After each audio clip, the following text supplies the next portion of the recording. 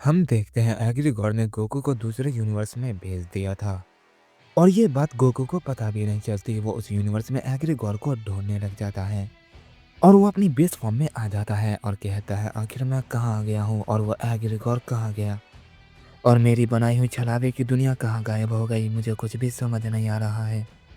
ये कहने के बाद गोकू अपनी जेब से वो डिवाइस को निकालता है और कहता है क्या मुझे ये करना चाहिए।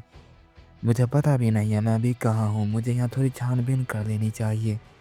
गोकू जैसे ये कहता है अचानक से उसे एक की एनर्जी महसूस होती है जिसे महसूस करने के बाद गोकू थोड़ा सा चौंक जाता है और कहता है ये पावर तो वैसे ही लग रही है पर यह बहुत ही ज़्यादा खतरनाक लग रही है। आखिर ये किसकी हो सकती है। कहीं ये उस गोकू की डार्क पावर तो नहीं। मुझे जाकर देखना चाहिए। ये कहने के बाद गोकू उस एनर्जी की तरफ चला जाता है। वहीं दूसरी तरफ हम ब्लैक फ्रीजा को देखते हैं जो वेजिटा से फाइट करने के लिए बिल्कुल तैयार था। वेजिटा भी अपनी अल्ट्रा ईगो फॉर्म का इस्तेमाल कर रहा होता है और वह ब्लैक फ्रीजा पर अटैक कर देता है। ये देखकर ब्लैक फ्रीजा एक स्माइल करता है और फौरन उसके हमले को टॉर्च कर देता है। वेजिटा को समझ नहीं आता है कि उसके साथ क्या हुआ क्योंकि फ्रीजा ने उसके हमले को टॉर्च ही नहीं किया था बल्कि उस पर अपना अटैक कर दिया था और उसका अटैक इतना पावरफुल होता है कि वेजिटा की हालत खराब हो जाती है। फ्रीजा कहता है क्या हुआ बंदर, मेरे एक ही पंच से तुम्हारे मुंह से खून निकल रहा है। तुम तो खुद को बहुत ताकतवर समझते हो ना। क्या हुआ, तुम्हारी सारी ताकत सिर्फ एक ही पंच में निकल गई। मेरी इस नई ताकत के सामने तुम्हारी ताकत कुछ भी नहीं है। ये कहने के बाद वो अपनी पूंछ से वेजिटा की गर्दन को पकड़ लेता है और उसे बहुत जोर से दबा देता है जिस वजह से वेजिटा दर्द से चिल्लाने लगता है। ये देखकर कोको उसकी मदद करने के लिए आगे बढ़ता है। ये देखकर फ्रीजा कहता है क्या मैं ये समझूं कि ये हार गया, बस इसमें इतना ही दम था जो तुम मुझसे फाइट करने आ रहे हो। लगता है ये 1 वर्सेस 1 में हार गया। अब तुम्हारी बारी है। खुद को प्रिंस ऑफ ऑल साइंस कहने वाला मेरे एक ही हमले में ढेर हो गया। तुमने सारे बंदरों की नाक करवा दी है प्रिंस वेजिटा। ये सुनने के बाद वेजिटा को बहुत गुस्सा आ जाता है और वो अपनी पावर को चिल्लाते हुए बहुत ज़्यादा बढ़ाने लगता है जिस वजह से फ्रीजा की पकड़ ढीली होने लगती है और वेजिटा उसकी पकड़ से आज़ाद हो जाता है। फ्रीजा कहता है अच्छा तो तुम्हें अभी दम बाकी है, चलो तुम्हें धीरे धीरे मसलने में मुझे और मजा आएगा।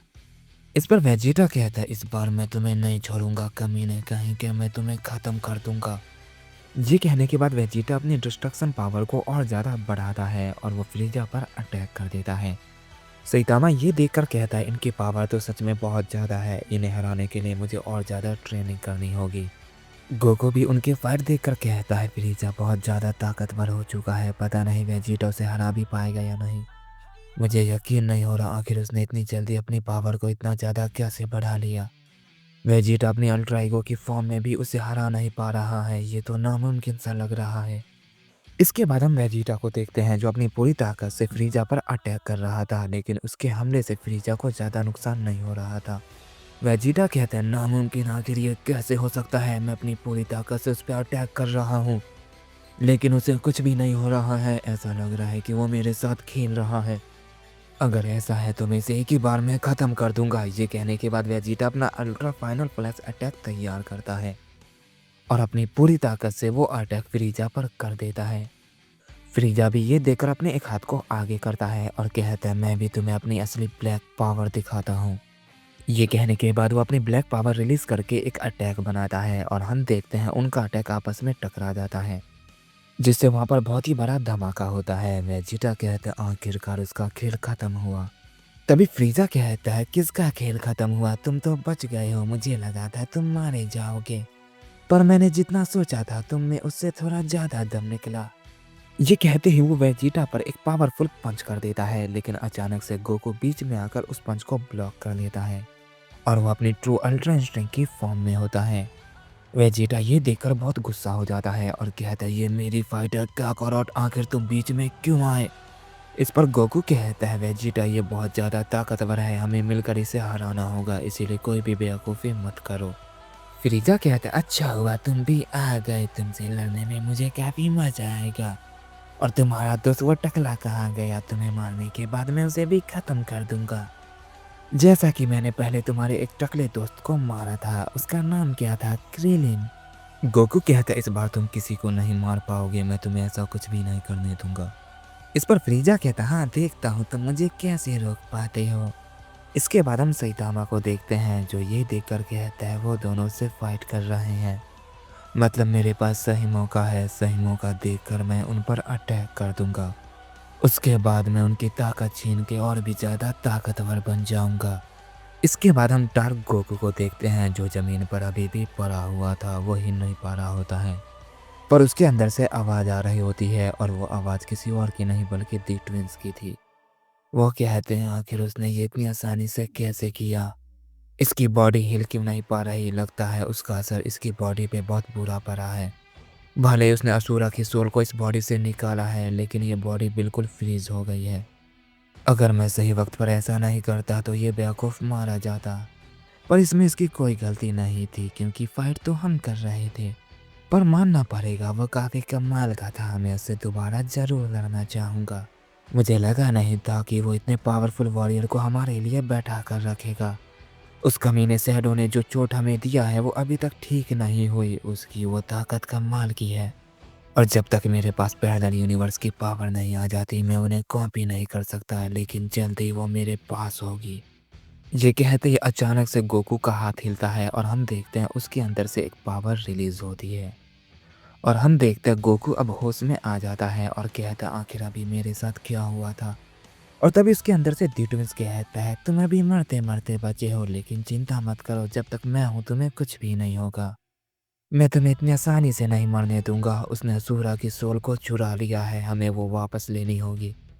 पर मुझे यकीन नहीं हो रहा वो इतना ज़्यादा बेवकूफ़ कैसे है। वो तो डेढ़ था, उसे पता होना चाहिए इस बॉडी के अंदर बहुत सारी जान है।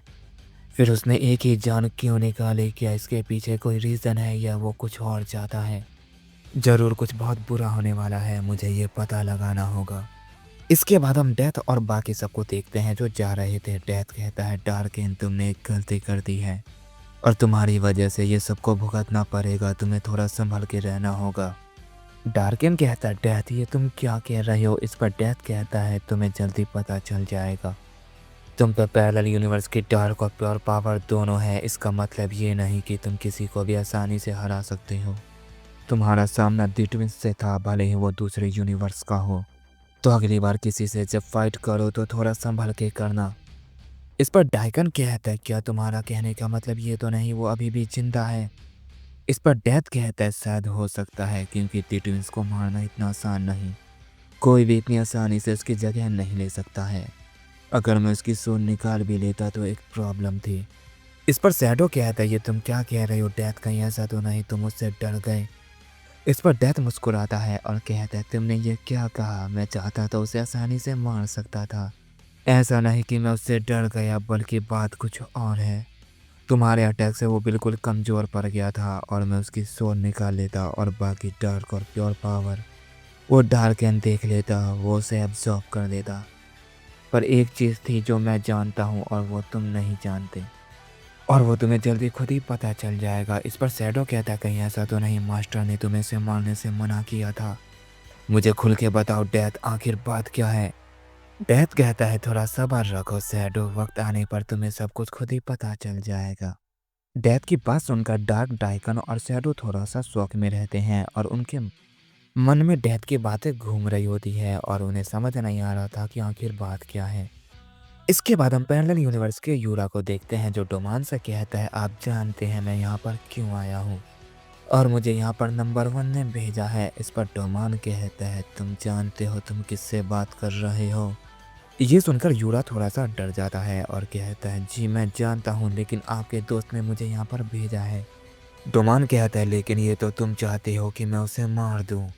यूरा कहता आपको तो सब पता है। डोमान कहता हाँ मैं सब जानता हूँ लेकिन तुम जानते हो मेरे बेटे का मकसद क्या है। यूरा कहता है नहीं मुझे नहीं पता। डोमान कहता है मुझे फ़र्क नहीं पड़ता मेरा बेटा क्या चाहता है, लेकिन अगर नंबर 1 चाहता है कि मैं उसे मार दूँ तो ठीक है मैं उसे ख़त्म कर दूँगा। पर हाँ उससे कहना कि मैंने उसे याद किया है, मैं उससे मिलना चाहता हूँ। यूरा कहता हाँ मैं समझ गया। ये कहने के बाद वो फ़ौरन वहाँ से चला जाता है क्योंकि वो जानता था अगर वो एक पल और रुका तो डोमान उसे भी नहीं छोड़ेगा। इसके बाद डोमान खड़ा होता है और कहता है काफ़ी लंबे समय बाद मैं फाइट करूँगा, इसमें थोड़ा मज़ा आएगा। उम्मीद है वो थोड़ा ताकतवर होगा। इसके बाद हम याजुमा यामिरी यूरा को देखते हैं जो पैरेलल यूनिवर्स के असुरा के साथ थे। यामिरी कहती है भाई आखिर हम उसकी मदद करने क्यों जा रहे हैं? यूरा कहता है मुझे भी नहीं पता, बस इन्होंने कहा है तो हमें ये करना होगा। इसके बाद पैरेलल यूनिवर्स का असुरा कहता है आखिरकार वो वक्त आने ही वाला है। मल्टीवर्सल कॉन्करर जाग चुका है और पता नहीं अब क्या होगा, हमें जल्दी से उसकी मदद करनी होगी क्योंकि हमारे पास बस वही एक उम्मीद है।